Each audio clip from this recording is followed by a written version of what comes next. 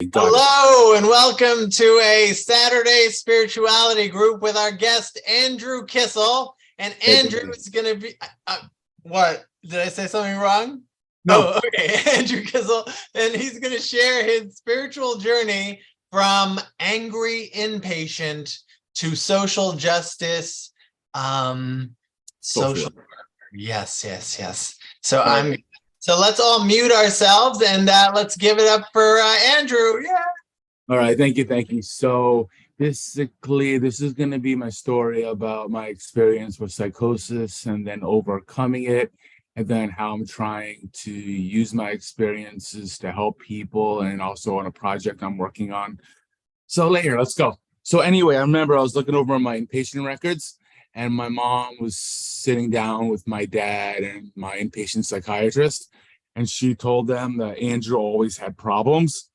So I remember that it just stuck through me looking through the records, and I was thinking about it. And I remember they were saying when I was young, my mom explained to me that when I was in kindergarten, they were really worried about me because I like to play by myself a lot.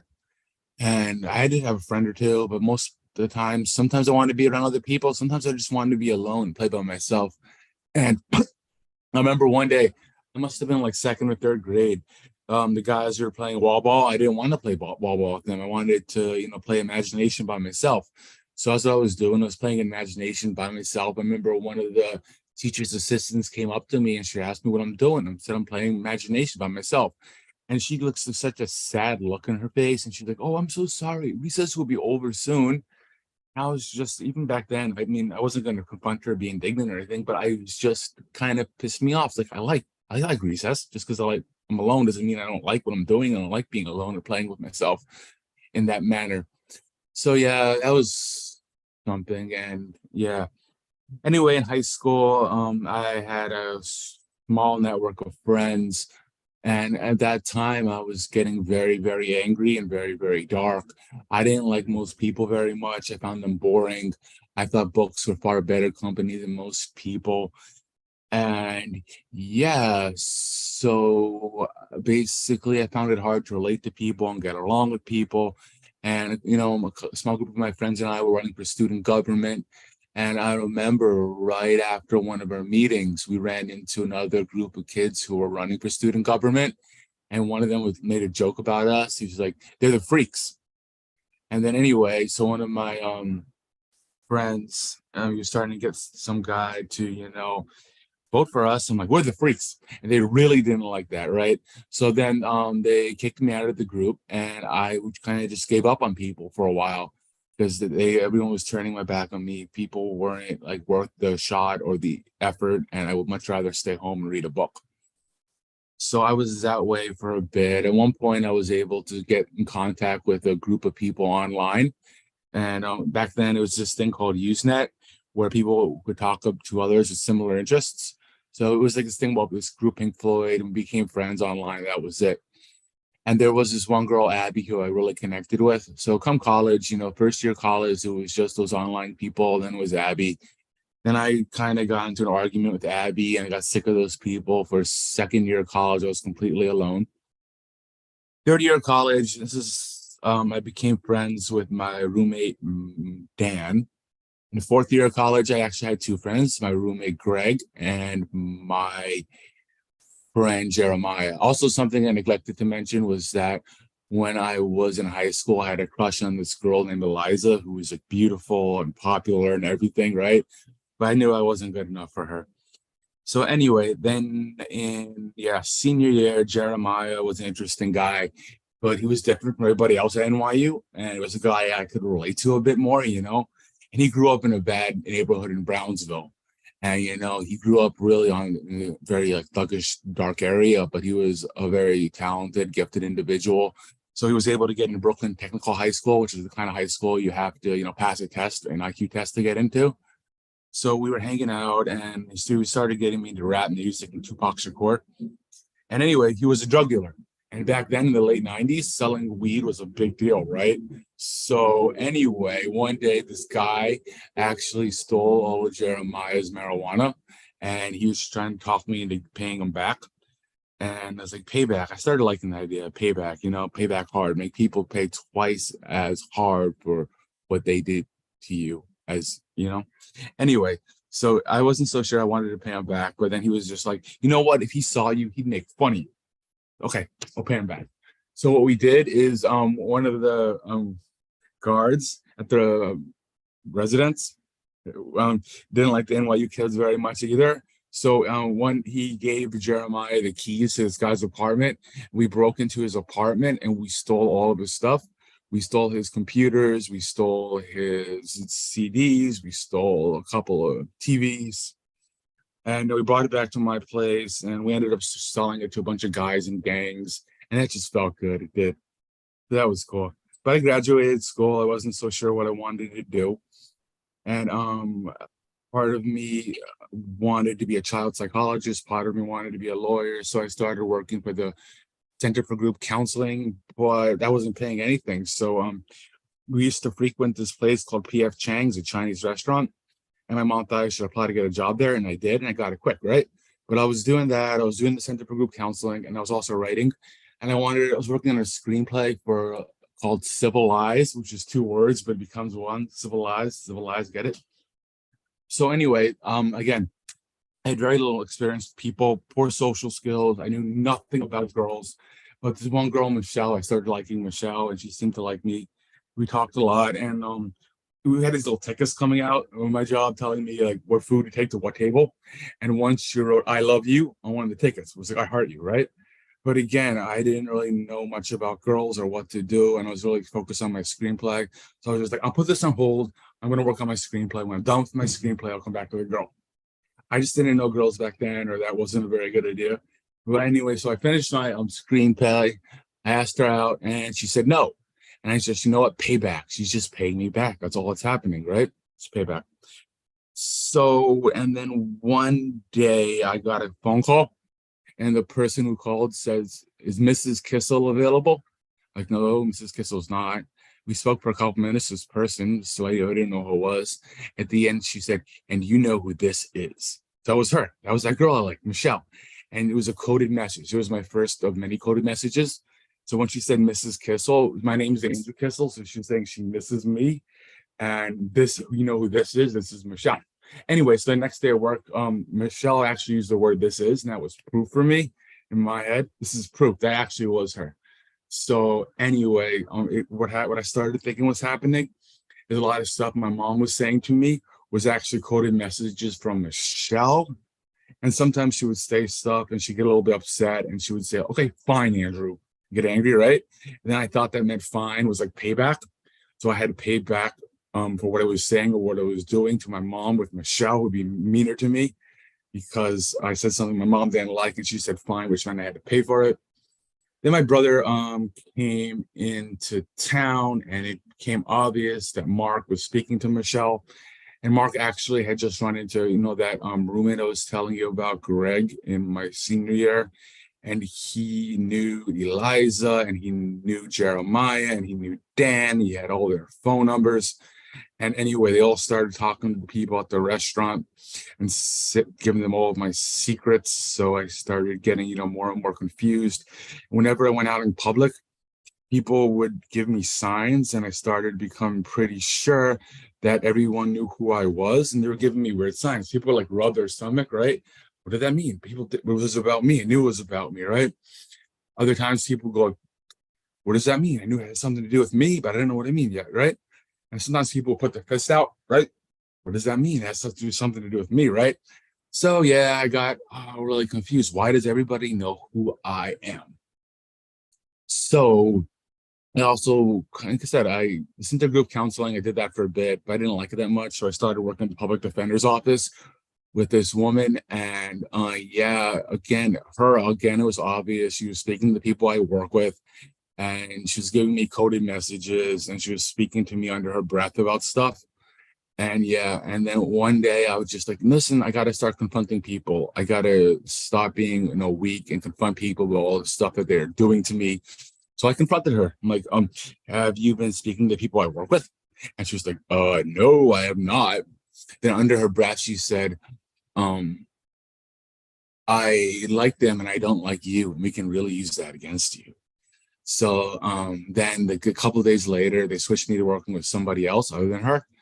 And I thought that was proof that what I was saying was true because, I had just busted her and all that stuff. So I started working with this other guy, Scott. And then one day with Scott, I was with him and he was like, you're going to have to use all your detective skills today to figure out what's going on and what's happening. And I remember I was working with this one guy that day and he was talking about selling cocaine. And he was like, listen, I have to sell cocaine. How else can I feed my family and pay rent? And there was something with the video anyway. It became obvious to me that it was all set up from him. He did this big thing to set me up, and just that my detective skills thing he was talking about was that, yeah, it was a setup. So I wrote him a letter about confronting him about it. And the next day when I saw him, he said, Andrew, step into my office. And he had the letter up on his door. And he's just like, yeah, I like that too. And he told me I could no longer work there. And I asked him why. And he's just here being phased out and said, well, can I use you as a reference? And he's like, no, you can't use me as a reference. I wouldn't be comfortable. I was told that if you go back to work one day with a gun and start shooting people, that I could be held responsible. I'm like, please, like, no, I'm not comfortable. If you start shooting people, I'm going to be in a lot of trouble. So that was that. And I went back to work at the restaurant. And one of the managers under his breath was saying, like, well, they screwed your law career. So then the whispers got worse and worse. People were saying more and more like scary, mean stuff to me. And then one day they found a way which they could whisper to me where I would lose my own sense of consciousness. I would enter a dissociative state. And when in this dissociative state, I couldn't control what I was saying to them. And yeah, then the conversations would come back to me later. And it got pretty bad and pretty scary because people were like trying to get all this information from my mind and I couldn't stop it. It would come back to me later, these thoughts. And I know this makes no sense, but it was just what was going through my head. It was the delusion, of course. And of course, the whispers were my hallucinations. So anyway, that got worse and worse. And one day I got really scared because, yeah, they talked to my old friends. They talked to Jeremiah and they found out we stole all that shit. So I was actually worried that they were going to have me get arrested or get in trouble for all the stuff we stole and sold to gang members. So yeah, but then one day it changed and the whispers started to hurt, like physically. It hurt when I heard them whispering to me. I'm just like, forget this. I quit the job. And what I did is I drove around in my car for a while. I went to motel after motel. And I couldn't be around my mom. So again, like I said, I was going to forget stuff. My mom kept on like whispering to me and yeah, and that hurt too. And she was in on it and she knew what was going on, but she wouldn't tell me. I was just really angry at her. So I couldn't be around her anymore. So I went to live with my dad and things actually got pretty much a lot worse. He was whispering more than anybody else. And he was always telling me what I was, a drug addict and stuff. So, one day I did that thing, I had to confront him. And he's like, no, you're just a drug addict. And since you're a drug addict, nothing you say matters. So everything words coming out of your mouth is meaningless. But he would whisper a lot. And one day he whispered to me that I had to go to New York City early that morning. So yeah, I remember getting to New York City about 5 a.m. that day. And then I heard Dan's voice, that roommate from my third year. And Dan, we used to call each other dude.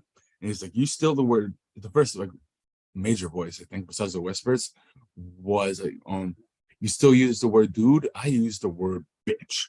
So I started walking around, the NYU area, and I started seeing them, and they were all dressed up in disguises. I would see Dan, I was dressed up in a mustache. Greg was walking around. Once I saw Eliza, and by the way, Eliza, once we were in class together, and she said, sometimes people call her EJ. So anyway, Eliza saw me, and she said, Andrew, I don't know why, I just didn't go up to her. And then someone said to her, oh, you're not supposed to condescend to him. I'm like, what's going on here, right? So anyway, I confronted the person I thought was Greg. It wasn't Greg. It was just a lookalike. Got back in my car. And when I got back in my car, the hood was up, right? And then the mechanic said, oh, something happened. The alarm went off. But you're going to see. And see what, right? So I get in my car, and I was driving for about 20 minutes or so, and I hold the clicking sound. And then someone was just like, hello, is this working? Can you hear me? Like, yeah. And said, this is EJ. And okay, and again, EJ was Eliza, so I started hearing her voice. And then she was saying that she had always like really loved me and had a crush on me. And I was like, this is impossible. How could this happen? This girl was out of my league. First I was just like, hey, I finally lost it. I finally gone crazy. But so she kept on talking to me, even, and I was like, I'm not gonna listen to this. I'm not gonna respond to this. I lost my mind. I'm gone crazy. But I kept on hearing the voice in the car when I was in there. And then eventually I started speaking to EJ, and yeah, we became pretty close. I would like to be in my car because I could speak to her. And she kept on like calling herself different names. Sometimes she was EJ, sometimes she was Eliza, sometimes she was Wood, which was her last name. And when she used a different name, it meant she was bringing out a different part of her personality. So yeah, I mean that was the thing back then too. People have different sides of their personality, which they bring out. Another thing was I was thinking often when I was then about the meaning of words, and words can mean different things to different people. And anyway, so she was like, I love you, kind of stuff, right? But then it got worse and it changed. And it wasn't just in the car that I heard her. I started hearing her when I was in public. And again, in public, people were still giving me weird signs. They knew who I was. I don't know how they knew who I was, what's going on. So what EJ explained to me eventually was that it was all a big setup. It was part of our war on these people. And again, the war is just something I missed. Was something the war was basically they were trying to keep me and that girl Michelle apart. And the war was if I can beat them, I get together with the girl. Anyway, they were all just messing with me and lying to me, she explained. And she said the reason people knew who I was because there was a DJ on the local radio channel who told people about me, and everyone used to come to the restaurant to see me, and unbeknownst to me I became a major figure, and people were just all enjoying, like she was saying, fucking with my head and messing with me.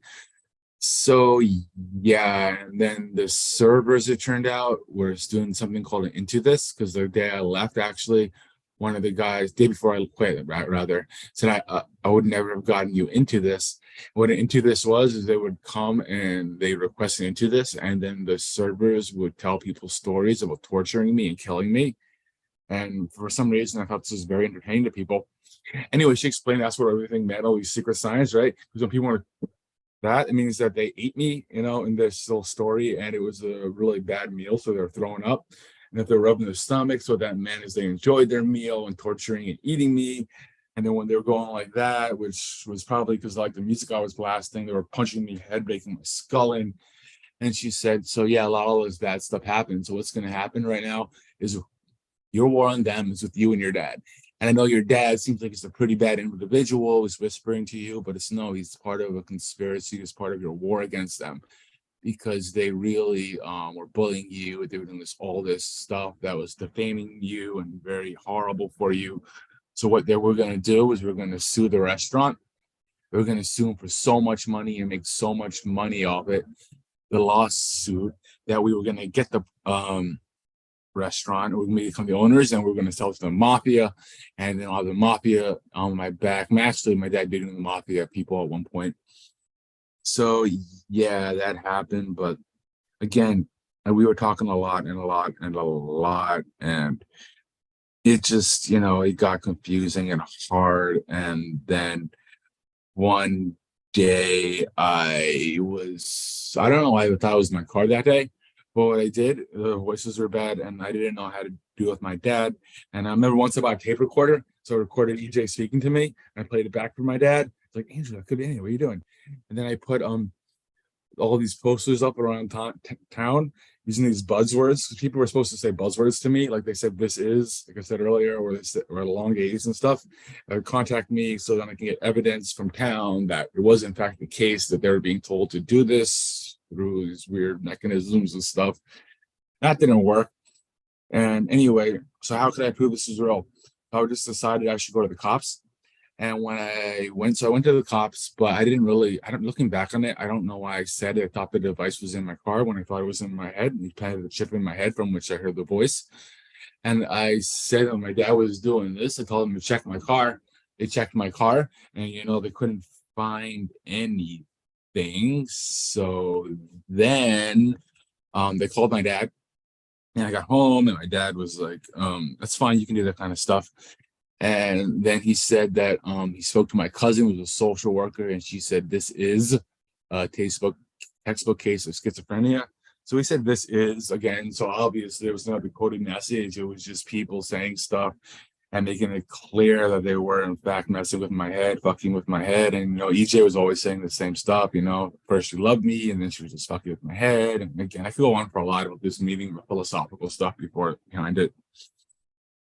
So all that was going on, and then one day, maybe some psychiatrists too. I didn't like the psychiatrist at all. I couldn't get anywhere with them.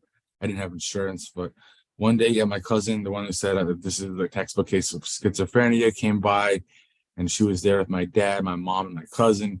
And actually, again, I forgot something, right? So anyway, I was trying to figure out how to pay my dad back, get revenge on him, right? So once I always carried around a knife on me, by the way. I mean, I'm a good guy, but I was always carrying around a knife, right? So one night she was telling me that you got to pay him back. Be a man. This is what a man would do. You got to get payback. So what you should do is you should jump on him in the middle of a night with a knife and force him to admit it. He was doing this. I was thought about it, and I'm just like, no, I'm not gonna do that. Try to slash his tires, and that couldn't work with the knife.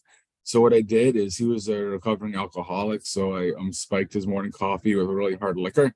So yeah, so I remember he was waking up and he's like, this coffee tastes like licorice, Andrew. Why does it taste like licorice? And I got him kind of drunk and stuff.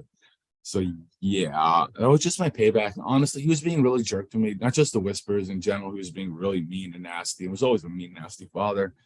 But anyway, yeah. So then that one day came, and they said, Andrew, you can't live here anymore. My dad said it must have had something to do with spiking the morning coffee. So she's like, yeah, a couple options. You can be homeless, or you can go live with your mom, or you could go to this hospital right now. And I sure as hell didn't want to be homeless. I did not want to be around my mom anymore. So I'm like, okay, I'll go to the hospital. And I was pretty positive I didn't have schizophrenia, but I just didn't want to be homeless or around my mom. So I was also kind of a nihilist back then. Talking about spirituality, I was very much a hardcore atheist. I was into Nietzsche, the whole thing. God doesn't exist. God doesn't exist. Morality doesn't exist. Everything is bullshit. I was a nihilist. Nothing meant anything to me. I wasn't worried about my future. I was just going to be. And so it was okay there. And I was reading a lot. I was reading Les Miserables. I remember I was reading this book called Surviving Schizophrenia by E. Fuller Torrey. And in part of the book, it said it's a common belief that when people who have schizophrenia, they have a chip implanted in them. And I was like, wow, I can relate to that. I mean, that was the first thing that just blew my mind. That was the first thing that made me think, maybe it's true. Maybe I do have a mental illness. But that kind of subsided rather quickly. And, but again, I was spending most of my time reading, but then I started talking to my peers. And that actually felt pretty good. Because like I was saying, like most of my life, I like being alone. I couldn't really get along with people. I'd rather read a book than be with people. But with my peers, I like talking to them, I felt like they could understand me in ways, and we can just tell looking in their eyes that they too had been through a lot. So I like talking to my peers. But I still was pretty sure that all this stuff was happening. Whenever my dad came to visit, we whisper under his breath. One day I was screaming at him, get out of here, get the fuck out of here. Oh yeah. Anyway, they put me in different medication, and eventually put me in clozapine, which was actually pretty great. I love clozapine because it helped me fall asleep. They put me on a bunch of sleep meds. I couldn't sleep, and it knocked me out. But anyway, they basically gave up on me, and they discharged me as a helpless case. So they threw me into a residence. That was one of the reasons I didn't sign myself out, because they said I could sign myself out at any time. But I was knowledgeable enough to know if I didn't sign out, they could give me a place to live. So yeah, they gave me a place to live in the residence. And again, there I was around my peers. And again, I actually liked my peers. And there were girls I like. This one girl, Sabrina in particular. But again, I had very little, interactions with girls or knowledge about girls. But I started getting that. But I still heard the voice. And by then, I was basically ignoring the voice all the time. But I was still pretty sure that the voice was actually talking to me. And like this person had nothing better to do than just talking to some microphone and some finger might chip in my head, even though I'd ignore her all the time. But I was so sure that was what was happening. She had nothing better to do or whatever. So one day I was at the residence. I was walking up the stairs. Oh, by the way, I communicated with her. Like I said, I'm going to forget things, go in and out of time a bit. I was able to talk back to her by moving to my tongue, right? So instead of like speaking out loud like most people do to their voices, I just made movements of my tongue and making the words. Anyway, so I was walking up the steps, right? And I actually was talking to her. I'm mimicking words with my tongue. And then all of a sudden I was like, oh my God, this is impossible. Because I was moving, like if she could understand my tongue movements, other noise in the background would be a lot louder. It would drown everything out. So how could you hear my tongue moving if all this other noise was coming? It would be impossible. I was like, whoa, I guess that's what we can call an epiphany, because I realized, like, oh my God, I really do have this illness. I really do have schizophrenia. And looking back on it, I was just like, oh wow, this explains a lot. And this is what happened. So I'm just like, shoot. And I was actually pretty disappointed because, again, I thought we really were going to sue these people and make a lot of money, own the restaurant, I will connections to the mafia and get people payback. But it wasn't that. I was just like a mentally ill poor guy in a residence. And yeah, it was still the whole atheism stuff and angry. But yeah, so I just know what I wanted to do with my life. I was thinking about doing this whole law stuff, but I went to a couple interviews at law firms and it just wasn't for me.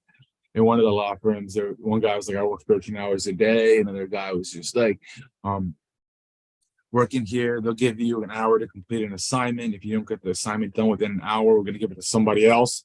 So I was just like, shoot, that's a lot of stress. Every second matters. And if you don't get this done quickly enough, they give it to someone else in 5 years. So no, not law. But anyway, I was working with the first good therapist I ever had, and she suggested I become a social worker, right? And like 2 days later, I was talking to my dad, and he suggested I become a social worker.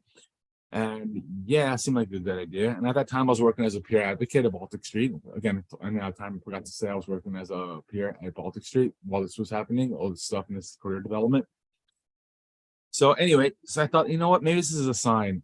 And again, I was very much an atheist. Like, maybe this is a sign from God, the universe. How is it possible within, like, two people say the same thing within a couple of days? I just took it as a sign, like, you know what? I'm going to do this. I'm going to become a social worker.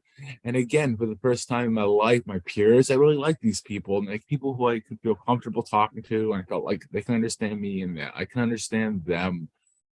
So yeah, I got into that. So I wanted to be the best social worker possible, because I was very aware that most social workers and psychiatrists and psychologists were horrible at their job. I really didn't like them, and I'm sure other people didn't too. So I decided I got to be the best social worker ever. So I decided I have to go back to NYU, which was a mistake because I owed a fortune, but I thought I'd just get the best education to help people.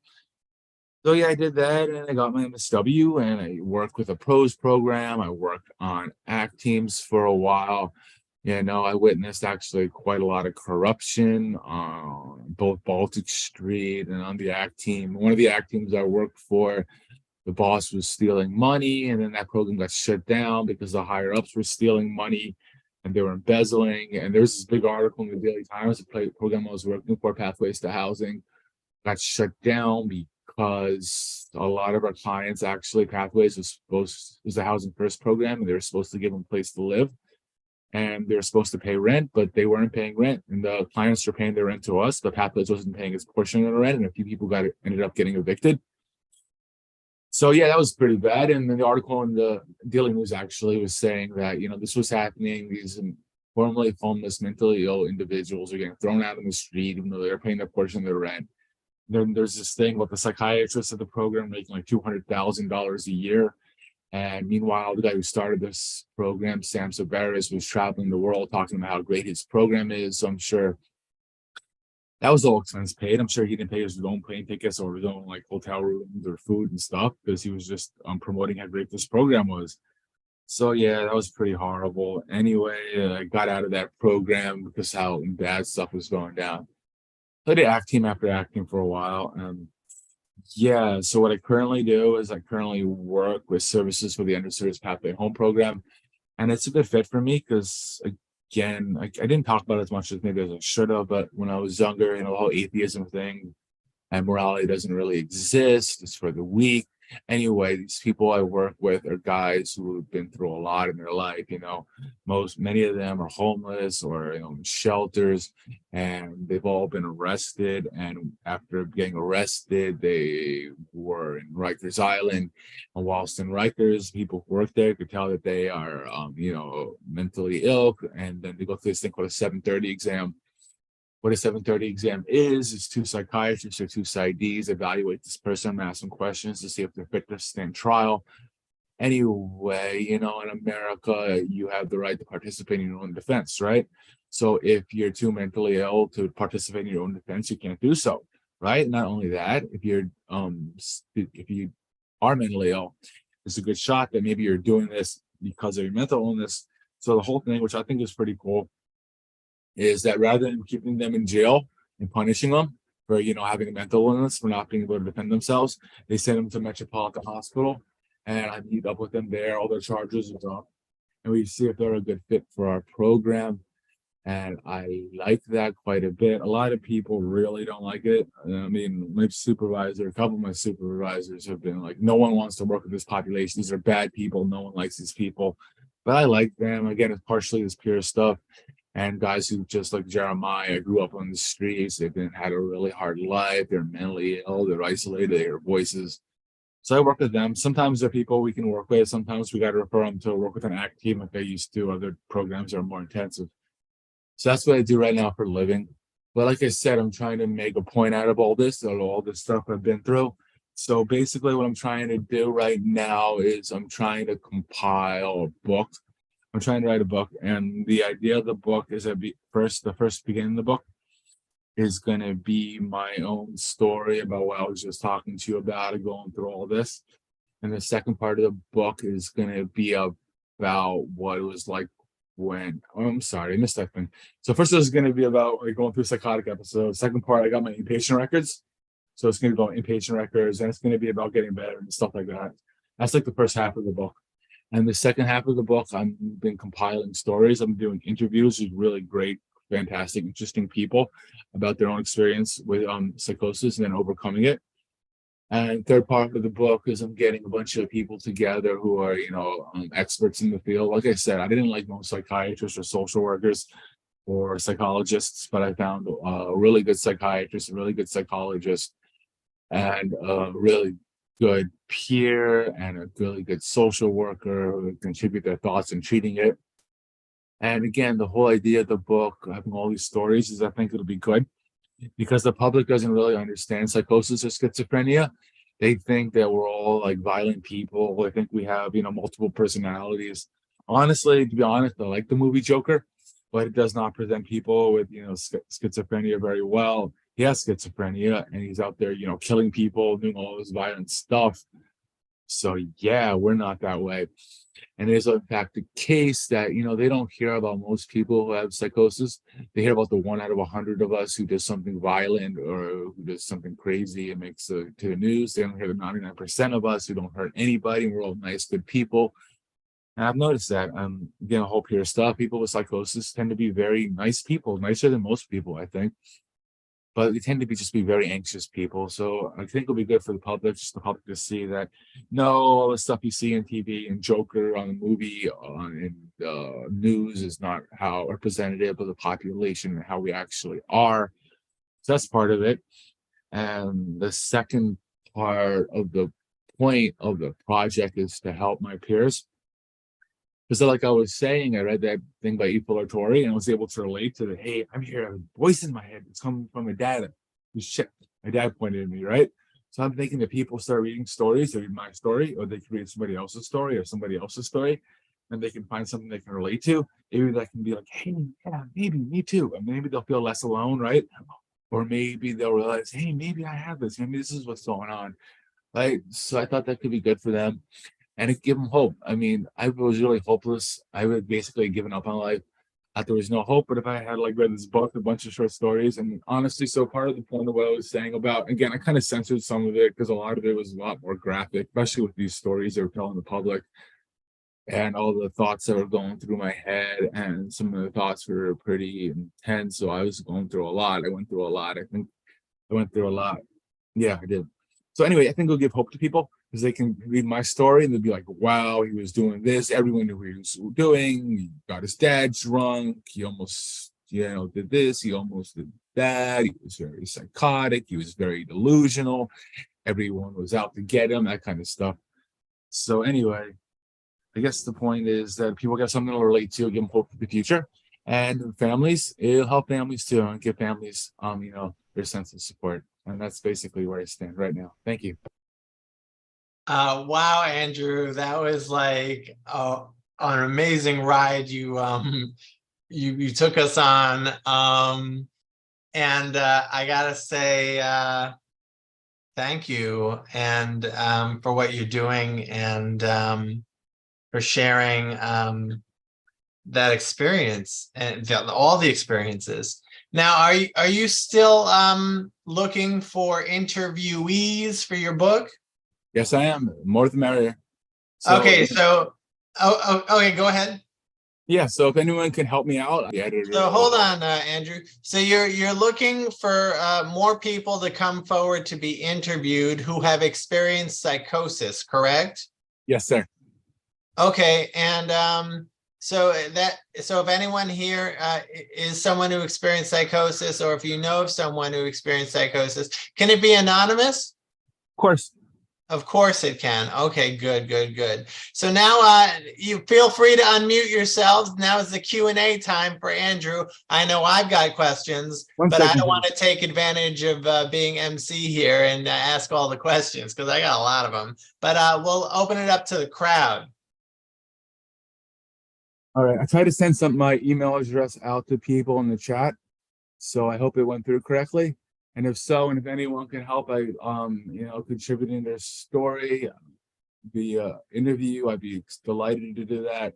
We could do so over Zoom, and if not over Zoom, what I can do is if you live in New York City, I'd be more than happy to pick you out to lunch to just talk about stuff and record it over lunch and have a good meal together.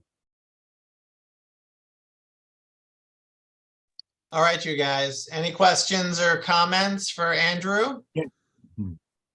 Yes, and I can wait till somebody else goes, Dan, because I generally go first. I can step back. Yeah. Thank you, Anne. That's very kind of you.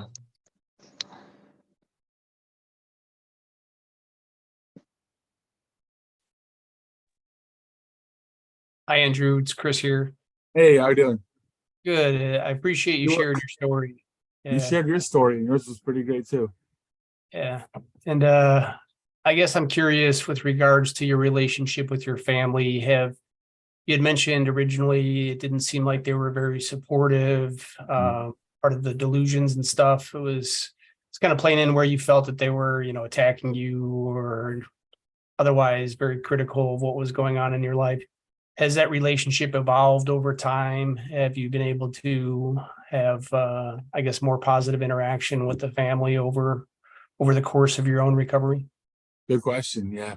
With my dad passed away about 5-6 years ago, but no, things eventually, like I said, I spiked his coffee with the liquor, right? So when I was growing up, my dad was a horrible father. At one point, he had a lot of money.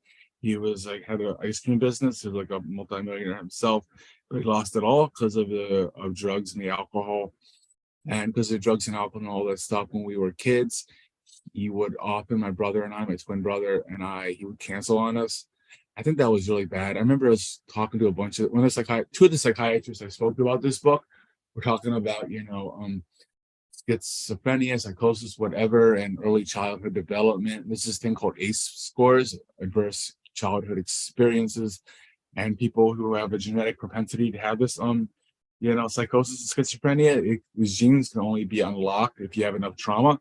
So I got trauma from my dad because he kept on doing that, and I was like, if I can't trust my dad, who can I trust? My dad kept on bailing on us. That's part of the reason I probably didn't like people or trust people very much. But honestly, things got better when I went inpatient. They did. I was still angry at him, but he actually equated my hospitalization to his own struggle with drugs and alcohol. So he became a lot more sympathetic and better. And and actually, like I said, so for my book, I was doing that part on I was inpatient, looking over the inpatient records. I was looking over the inpatient records. My dad was very apologetic about things. And he was saying, listen, I was never there for Andrew or his brother growing up. I want to be there now. And part of it was because he could relate to what I was going through because of his own struggles with drugs and alcohol. So, it got better. And eventually, when I realized that I really had psychosis, I was a little more thankful to the fact he would travel like 2 hours. He lived in upstate New York to come see me. He would make that effort. And so a couple times at least I started screaming at him and I threw him out because he was whispering under his breath, saying all these mean stuff to me. But and I realized he actually was making all that effort. So things got better with that. And with my mom, I was just completely wrong about. Obviously she wasn't really speaking to Michelle. She wasn't giving me coded messages, finding me. I got to pay back for this kind of stuff. But my mom was always good and supportive. And my brother, I actually hardly even speak to him anymore. That's okay. So with my family, everything's cool.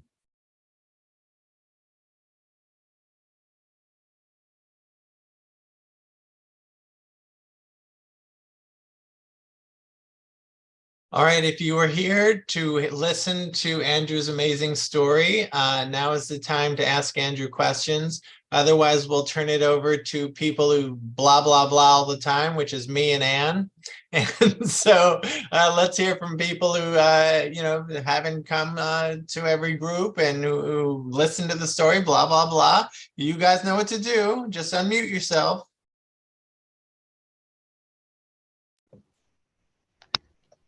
Can you hear me? I can. Somebody's sleeping, and unfortunately I missed most of your presentation. I just wanted to say that I was interviewed by Andrew, and that it was actually like therapeutic talking to him. Like he was just just Thank you. like yeah, just very comforting and sort of interested. It was actually a good experience talking to him. Thank you. I So appreciate it. I really yeah. appreciate it. I mean, when it comes to these interviews I've been doing, I've had different responses. A lot of times, people just can't do it. I can't talk about this. It's too hard to talk about. It was bringing around a lot of trauma in a lot of people. And a few people actually told me that, they didn't want to do an interview, but what they wanted to do is they were going to write their own story. And no one's been able to do that because it's that hard to, write your own story, to go back. And so it's hard enough to talk about it. So I appreciate people who have the strength to talk about it, because a lot of times people just find it too hard to confront. They want to keep it buried. But again, for me, I think in life, you got to make a point out of life, right? And I think I can make a point out of all that stuff I went through, which was a bit censored again. But I can make a point of all that stuff if I can get this book done. And yeah, so also hoping other people can make a point out of what their struggles and what they went through when they experienced psychosis, and all the pain and the voices and the delusions and confusion and messages and ideas of reference. And maybe if you can put a book together and it could help educate the public and give people hope, give peers hope, and give hope to peers' families. So yeah, thank you. I remember you were an excellent interview, and it was very interesting. It was an excellent interview. It's definitely going to make it in the book. So thank you. Nice to see you again.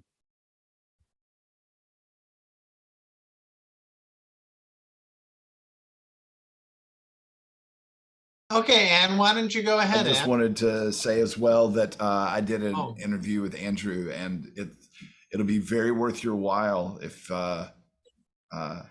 I felt very heard and very received and validated and the whole thing. And yeah, and Andrew, it's just really great to hear your story. And I hear the writer in you and the way that you expressed everything and put the presentation together. I hear that for sure. So I'm real glad to be here. Thank you. Thank you. You're really a fascinating interview, fascinating person. And yeah, and when I heard you play the other day in the park, that was amazing. You're a very gifted individual yourself. And yeah, I hope to one day be a writer, but you are a musician. You are. I mean, I want to be. You are what you want to be in this field of, whatever you want to call it. Thank you.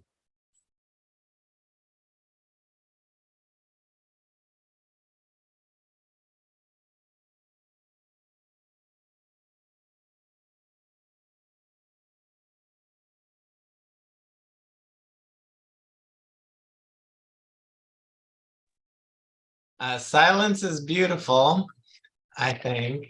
But Ann, why don't you go ahead? Sure. And I've also been interviewed by Andrew, and actually, it was a really good experience. So thank you. And I didn't know we had the the option to write our own, but it was wonderful that time with you on Zoom because was back in the West Coast. So I recommend anyone to have time with Andrew.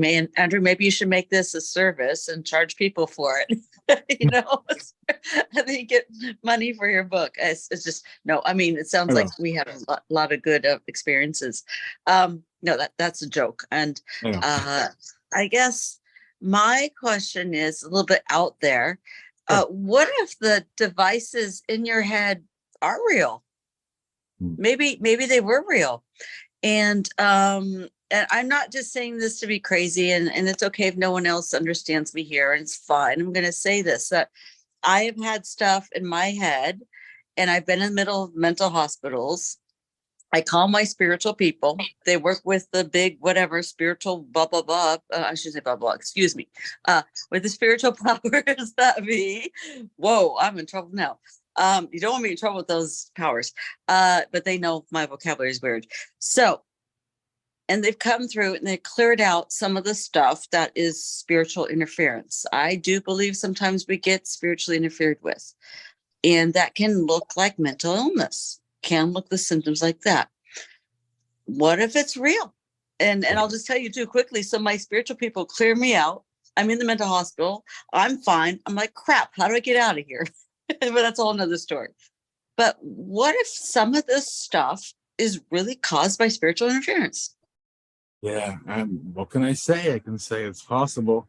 Like I said, when I was like a teenager, young adult, I was very sure of myself. I was very much an atheist.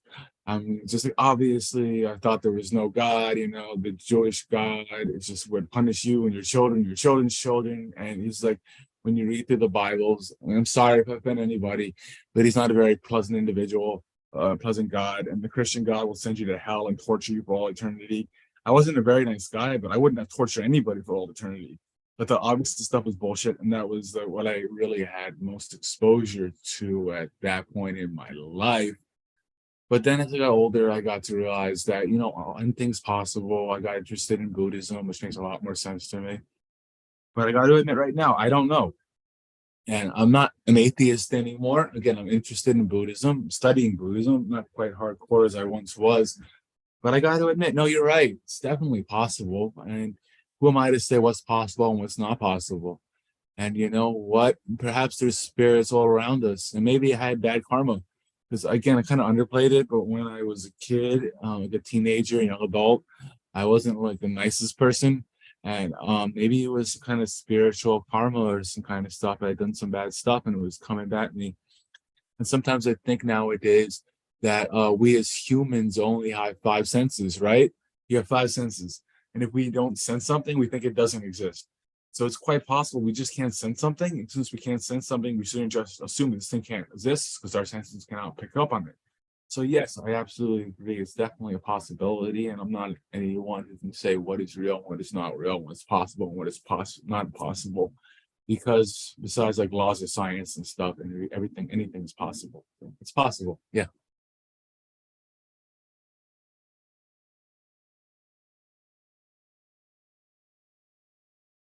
And in regards to spirituality, you know, it's a good thing. It's a good thing for me. It makes things a little more positive in my life. It does, you know.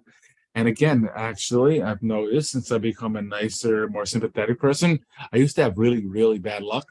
I've had excellent luck for the last like 5, 6 years. And maybe it's just stuff coming back to you, you know.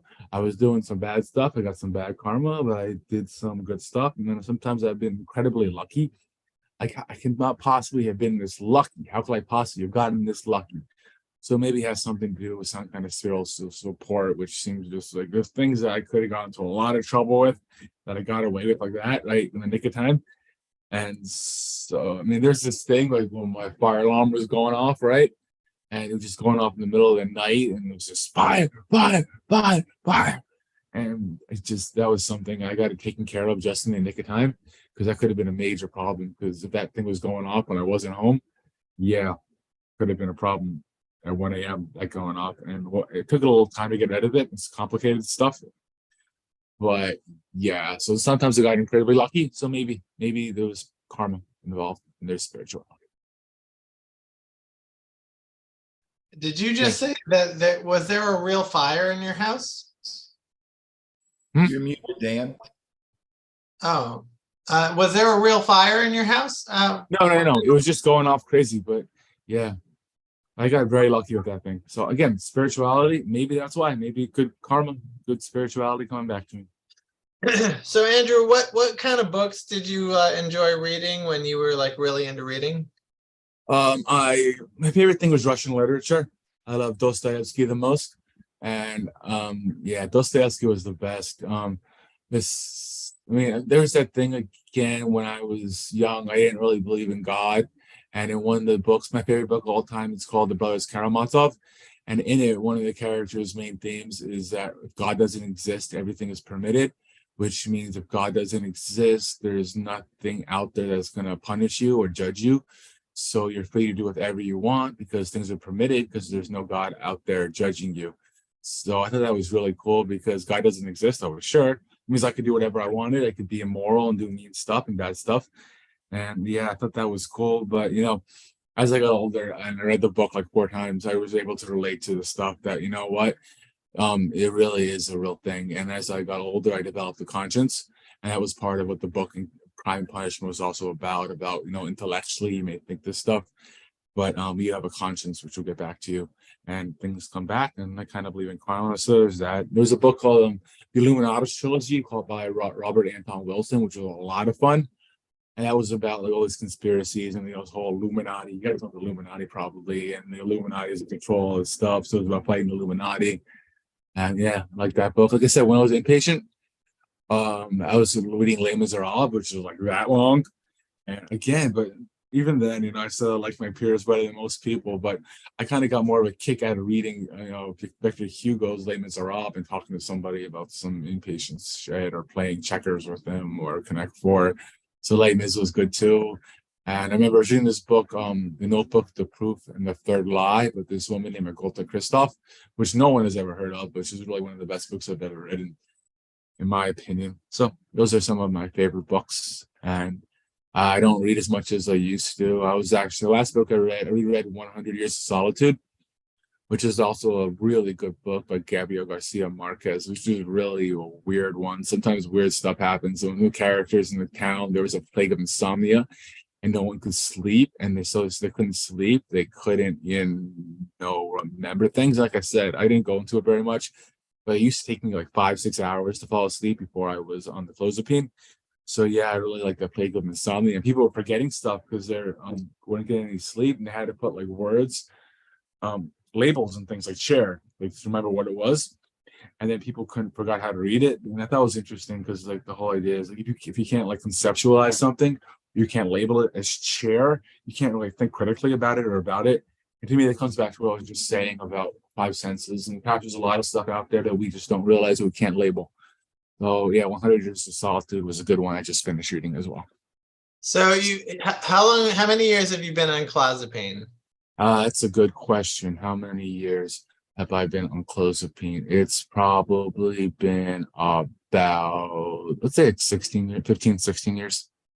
Okay. And do you still experience like psychosis issues? For me right now, worse than the psychosis is the paranoia.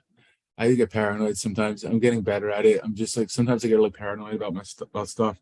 I use my own there's this thing called cognitive behavioral therapy, where people get stuck in different thinking patterns, which is something that I find fascinating. I recommend everybody look up cognitive distortions, because people get into these like little mindsets where they get in these like thinking patterns basically that are illogical and destructive. So I do that a lot to myself. I look at my cognitive distortions, like I'm like catastrophizing, which is something I used to do all the time, which is where I always thought the worst case scenario, whatever the worst thing was going to happen, what could happen, would happen. Then I realized that this is not the case. The worst thing has never happened. Sometimes I over-personalize stuff, like people, I talk to them, I don't like the sound of their voice. So I thought they have a problem with me. And then I realized, no, this is nothing. Personalizing, which is another cognitive distortion. Or I disqualify the positive, which I only look at the mistakes I'm making. That's how I work with that. But I think right now, sometimes I often attack myself mentally, and I still do that. I mean, I used to like mentally attack other people. I used to love arguing with people. And I find like I think this person was stupid. This was wrong. This was wrong. This was wrong for this reason. But nowadays, kind of been doing it to myself sometimes. I just attack myself and like, this is wrong. This is stupid. You shouldn't have done that. You shouldn't have done that. So the paranoia comes through, and in regards to voices, sometimes, but it's just very light, just like a whisper. Like you said, very even lighter than a whisper, and I only hear it for a couple of seconds and it goes away. So yeah, I know I've been talking to a lot of people about stuff, and whatever works for you works for you. What works for you is not going to be what works for me or somebody else. So I know a lot of people are very anti-medication, and in my work I like to encourage people to take medication, because honestly, if I wasn't taking medication, I wouldn't do well. I went for a while just kind of doing an experiment, like what would happen if I don't take meds for a month? How would I do? How would I go? Right? This was a long time ago, and I did not go very well. I was feeling really nervous. The voices were worse. I knew the voices weren't real, but the nervousness was just everywhere all the time, like a plague of like nervousness, scared, all this stuff. And again, I knew it wasn't real, but I was just feeling nervous. I was hearing the voices. And again, the clozapine, I couldn't sleep without the clozapine, so I lied in bed. Insomnia is like torture sometimes. So all I do is I take clozapine, and it helps me fall asleep, and I'm a lot less anxious, and so on. So yes, I take the medication, and I try to get people to take their medications. But again, what works for you doesn't necessarily what works for me. So if medication doesn't help you and you're better off without it, you don't need it, good for you, but it works for me. Is there anything about the psychosis experience that you miss? I miss. That's an interesting question. I know at one point talking to EJ was good, because like at one point, again, at first I thought she really liked me, and she was talking about how she'd always had a crush on me and how cute I was. And yeah, I liked talking to her at one point, and at first she was being very sweet. And again, something I kind of underplayed when my story was like the meaning of words. Like I was saying, there was this big thing. I was not sometimes during my shift, I would talk about philosophy a lot, but I just talk to myself, and I would just talk about how I thought words and communication and communication may not have been possible because people define words differently. So people started saying that actually, and they would say something by which I mean this. And one of the guys who was very much a bully called me Andrew the Genius Essay. Essay was a server assistant, which is what I was doing, taking the food and putting on the thing and taking it out. And it was like genius, by which I mean idiot. So anyway, on essay, and call me a genius essay was an insult too, because essay was just a service assistant. It's like below a server. It's like basically like So anyway, so yeah, talking to her was good. Then eventually she's like, "I love you," I'm fucking with you. So she was started doing that. But even when she was like, good morning. Oh, they gave you the Saturday shift. When did you get a weekday off? Mm-hmm. That's actually really cool. I like it. Yeah, because you can get all this stuff done, right? Oh, good. Is it quiet then? I'm sorry, I muted her, but I don't know. But it doesn't seem to be working, Andrew. Okay. I think the mute is just kicked in. All right. All right. So, Andrew. Now, I often hear stories from people who've experienced psychosis that there's always some kind of like deep, heartfelt, romantic relationship involved, whether it's like the pain of a breakup or something else related to a usually romantic, definitely, or infatuation or something. So, have you spoken to the woman you were infatuated with, whose voice you heard, even though she wasn't there? All right, so there's a couple of them. First of all, in regard to Michelle, the girl I really fell for when I was in the restaurant, I actually at one point was in love with her. And she was just messing with my head. She really was, right? But yeah, I think that had a lot to do with what was going on again, because I was always like very much an isolator. I didn't trust people, and it just came so clear that I was right not to trust people, you know. And I also, when I'm doing my interviews, a lot of people they start experiencing psychosis after a bad breakup. So yeah, it really just did a lot to me cognitively and emotionally with that. And yeah, and that's probably a lot to do with the start of my psychosis and like why that girl EJ was talking to me, but like by which I mean that kind of stuff. But in regard to her, actually, I tried to speak to her once, and this was after it was the. And one thing I think was really interesting is like I was talking to like my dad, my mom about this stuff, and I would always call her EJ because once in senior year, right? We were in class, like I was saying, and she's like, sometimes people call me EJ. I'd always known her as Eliza. That was her name. So I'm wondering, I'm just so curious about why my brain came up with calling her EJ. I think maybe deep down, like my brain was trying to protect myself because I didn't want my mom or my dad or my brother finding out that I always thought I was speaking to this girl Eliza, so it came out as EJ.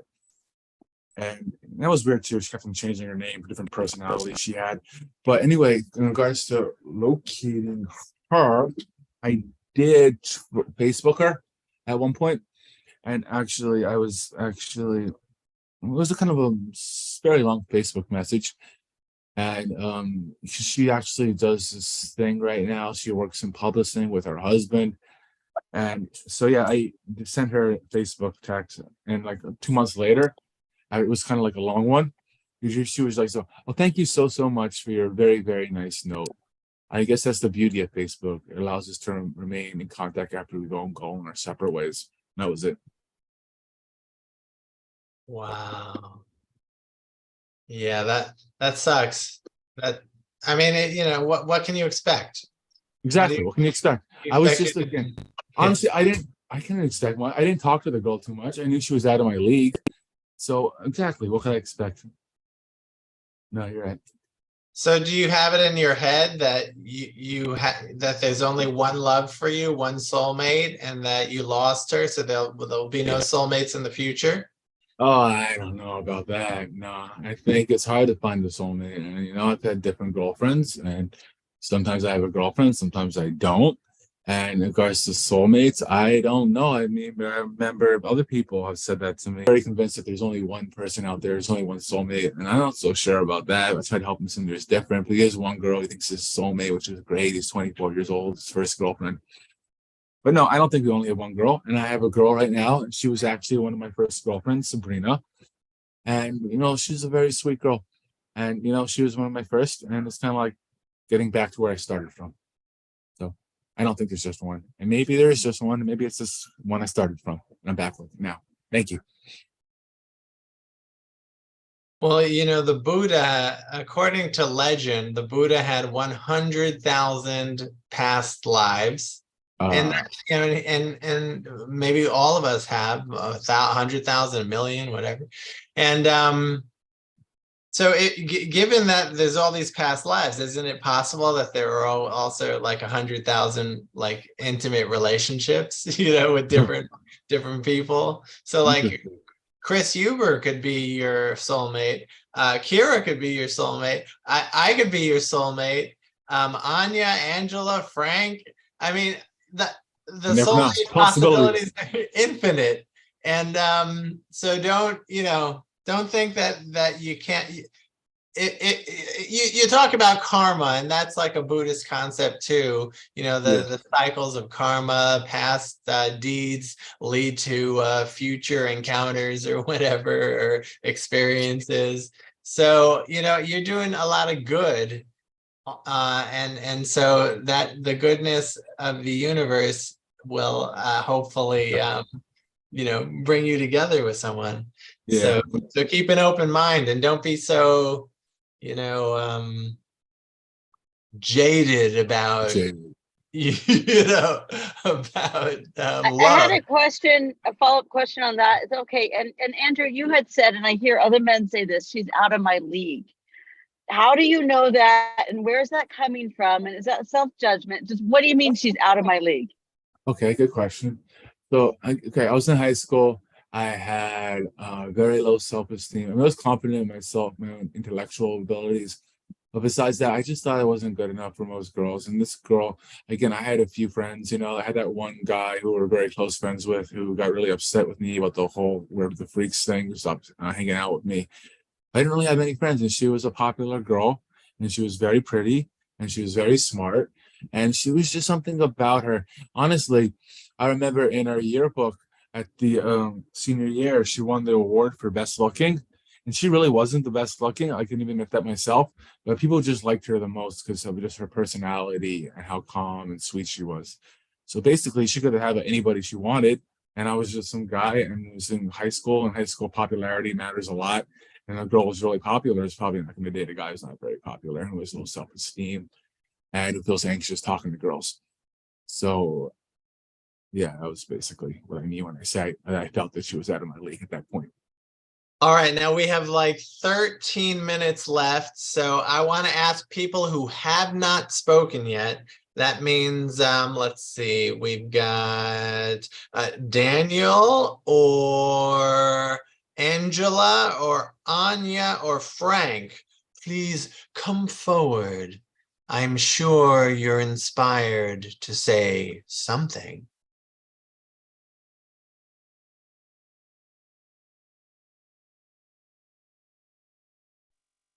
Well, hi. You've inspired me, Dan. You're such a great actor. Yes.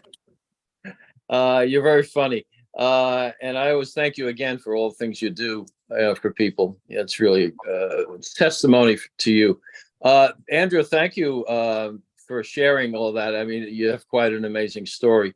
I'm new here. I spoke last week about my journey, and I was very flattered to be asked. The interesting thing with me related to you is I have every mental illness diagnosis except for schizophrenia. So I don't have voices and hallucinations, etc. But I have I have two different depressions. I have OCD, complex post-traumatic disorder, and BPD, borderline personality. So, I mean, I have a lot on the plate. So, I mean, I can certainly relate to having problems early in life, pre-diagnosis and during the early stages of diagnosis. And also, I could relate very much. You're such a talented writer and researcher, and I've done that too. Amazingly, I've written a few short stories that kind of depict unfinished business with me, and important feelings and stages of my life. So you strike me as, like so many people with different diagnoses, a very talented person, brilliant, and you inspire other people. So I just thank you for your talk, and I'm going to listen to it, on the YouTube, later this week. So it was nice to meet you. Thank you too. And if you live in New York and you feel like contributing, I'd love to speak to you if you feel comfortable. Now, go ahead, I know Anya. it's hard for people sometimes. Hi, Andrew. Hi, it's Anya. I missed most of your testimony or story. I'm sorry I came in late. It's a little hard for me to get outside of myself today. I don't know if you've ever experienced that, but sure. I could really relate to the part of the story that you said, the part that I heard. Dostoevsky was something that I really found to be a very, not calming, but reassuring influence to me when I was in college, because I was very depressed, and I felt that his isolation, that somebody, even if not in my real life, could relate to me, even if it was a character in a book. And I really like the story. From what I heard, I understand that you interview people. I don't really know the nature of, why or what you do, but I understand you're a writer. There's a lot of creative people here. I see there's a musician here. Dan's a writer. A lot of people, a lot of creativity. But I just wanted to say, that it's very nice to hear from you. And I don't know if you reside in New York. Do you live in New York? Yes, I do. Yes, I do. And listen, so basically what I was saying about the book is I'm trying to collect a bunch of short stories, go on for a bit about the purpose. but I just want to have a bunch of short stories because peers who can read it can have something to relate to. And there's something, like you were just saying with Dostoevsky and the isolation, if they read these stories, there's something they can relate to, it can make them feel more hope in the future. And this is something, this is real, it's not just a book, this is actually happening. They're like, hey, it wasn't just me, this person too. So maybe I have the same illness. And then they go on to do something and live their life, give them hope for the future. And it'll be good for our peers' families too, because they'll give the peers' families hope as well. So is that yeah. what you're doing? You're interviewing people on their stories, put together a book? Yes. Yes. So I'm trying to get like probably like 40 stories or so about people going through an episode. It doesn't have to be psychosis or schizophrenia. I mean, I have one with a woman who has borderline personality disorder, who's had a really, really tragic life, and other people have been through a little stuff. But just like, you know, stories about what it's like to go through episode of. What about bipolar disorder? Pardon me? What about bipolar disorder? Sure. I actually would love another bipolar disorder. I didn't have I mean, yeah, I've got a couple, but bipolar disorder would be fantastic. Again, if they have more stories, more to relate to. And yeah, I know what you're talking about with the isolation of Dostoevsky. Man, I love Crime and Punishment and Raskolnikov. In Crime and Punishment, he was It's my favorite. Yeah, he was very much isolated and alone. Raskolnikov, right? Raskolnikov, yes. I'm not 100% sure of the pronunciation. But yeah, he just didn't want much to deal with the world, and the world didn't want to deal with him. And, again, like with Dostoevsky, Raskolnikov was above all this stuff, morality was below him. And yeah, so yeah, I loved Raskolnikov and Dostoevsky so much. And in regards to Brothers Karamazov, I read that book like 4 times, and I could always relate to different brothers. The first time I read it, I was related to Smerdyakov, who was a bad guy, because he just didn't like people at all. We really hated people. Then it was more of an Ivan. Then it was more of a Dmitri. So yeah, I could relate to Dostoevsky. And a lot of these guys, a lot of these characters in the books, they come across as what you call bad guys, but actually they're just very troubled people who have an unusual way of relating their experience. So I understand, sometimes you can think that, you're so way out there, but like your book just portrays that we all have something, and maybe you can find people that can relate to what you've been through, and that can be so eye-opening and like a feeling of being outside of your solitude. You feel like you can relate to other people and they can relate to you, and it really brings people together. That's why I like this group. Yeah, it breaks the isolation that you may be feeling, and maybe feeling in the morning, oh, I'm too tired, I don't want to talk to people, or I need a 10th cup of coffee or whatever. But you come to the group and suddenly everybody's talking and you feel like you can relate to people. Absolutely. Yeah. Thank you for that, Anya. That was well put. We have 5 minutes left. I want to get one more thing. I'm gonna put my email address. Make sure Anya gets it. Please email me. Frank Q, you there? Yeah, I'm here. What's on your mind, Frank? Great story, and wish everyone the best of luck. Thanks. Okay. No, I feel you. Frank, you really do talk too much, Frank. I really, it's like you can't get the guy to shut up. Okay, but thank you, Frank. Angela Serio, you there, Angela?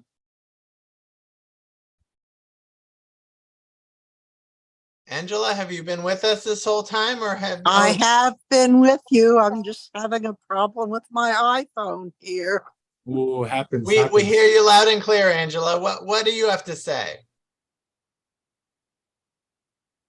I just lost you. I said, Angela, what do you have to say? Go ahead, Angela. It's all you. Go ahead. You can hear me? Oh, yes. Yes. I don't know what to say. I'm just glad to be here to see all these faces. And I'm particularly surprised to see Mira here. I haven't seen her here before. So, hello. Well, Angela, do you have any comments or questions for Andrew? No, I've been listening. It sounds like a typical experience. Oh, really? Explain. Yes, how is it typical, Angela? How is it typical? The way we take our feelings so strongly. Hmm. I don't know what else. I have been listening. I've just been playing with my phone here, which is driving me crazy. Oh. So, But no, that's an interesting thought. Yeah, emotions could really overcome you, you know? And that was part of what was going on with that girl, Michelle. I mean, I had these so strong emotions for her that I didn't want to believe my thoughts. My thoughts were thinking this girl didn't really like me. She was just messing with me. But I didn't want to believe it because of those strong emotions I had. So I just cling to these emotions as opposed to my rational thoughts. It wasn't a very good idea. So yeah, strong emotions can definitely overcome and overtake you, make you make some pretty bad decisions. Now, in interviewing people and that you do for your book and in life, for your clients and your friends who have experiences like this, the people I talk to who had psychosis, my peers doing peer support, hearing all the stories, and then my own story and hearing your story, all these stories. And so Angela made a point of that. It sound typical, and there is some typical things here. There's like, there's the strong emotions, there's the paranoia, there's Isolation. the hallucinations, isolation, delusions, powerful relationship pains and anguish, family problems. I guess this is what she means by typical. Gotcha. Like, there's all these. These the samenesses of a lot of these different experiences. It's unique to you, but there's a lot of similarities and parallels, Sure. And so we have 3 minutes left. I just want to go through the everyone, give everyone a chance to just give me like a sentence, please, just a sentence. We only have 3 minutes. Daniel, how are you feeling right now at this moment? You're talking to me? Yes, Daniel. One sentence. How are you feeling? Clear and joyful. Thank you. Anya, how are you feeling right now at this moment? I am feeling so glad that I decided to come to this meeting and that I broke my isolation by reaching out and hearing a really good part of a story and other people share that really broke my feeling of despair today. We all have a lot going on, and this group can be a real lifesaver. Thank you, Anya. Beautiful. And for those of you who missed most of it or some of it, there will be a video that I'll email out to everyone. Angela, how are you feeling right at this moment? Are you there, Angela? grateful for being here and frustrated with my iPhone. Very interesting. And I think I said Mira instead of Kira. Hi, Kira. And we're happy to have you, Angela. It's always nice to have you. Frank, how are you feeling right at this moment? I'm okay, yeah, fine. Frank, again, there's, you just talk you talk our ears out. Bipolar Bradley, how are you feeling right at this moment? I'm feeling glad to be in community and relaxed. Thank you. Very cool. Christopher, how are you feeling right at this moment? I'm feeling very inspired, and I realize that we can accomplish great things regardless of our struggles. So thank you, Andrew. Thank you. And Anne, how are you feeling? Can you hear me? Oh, yes. Okay. Oh, yes. I'm feeling very grateful to all of you who are here. I see the mountains here. I'm feeling grateful to the mountains. Andrew, thank you for your story. May we be on our mountains and may all be happy because it's a birthright to be happy. I like it. Thank you, Anne. And try to avoid those deer. They can be tricky. Yes, in the middle of Portland City, they are tricky. You're right. Finally, we have Kira. Last but not least, never least, Kira, how are you feeling at this moment? Can you hear me? Yes. I'm feeling, quiet voiced. No, I appreciative of everybody here and connected and still isolated at the same time. So sorry for the last one to, that's. Oh no, you're second to last. Don't worry. Oh, that's always my experience. But you know, the fact Connected yet isolated. at the same Interesting. time, Robert. but I really do appreciate, really, you know, everybody here. Thank you, Sure. Kim. Now, Andrew, close us out with some parting words. All right. I'm feeling unburdened. It was nice to share my story in a place that I feel comfortable. Again, I haven't talked about this kind of stuff in a very, very long time.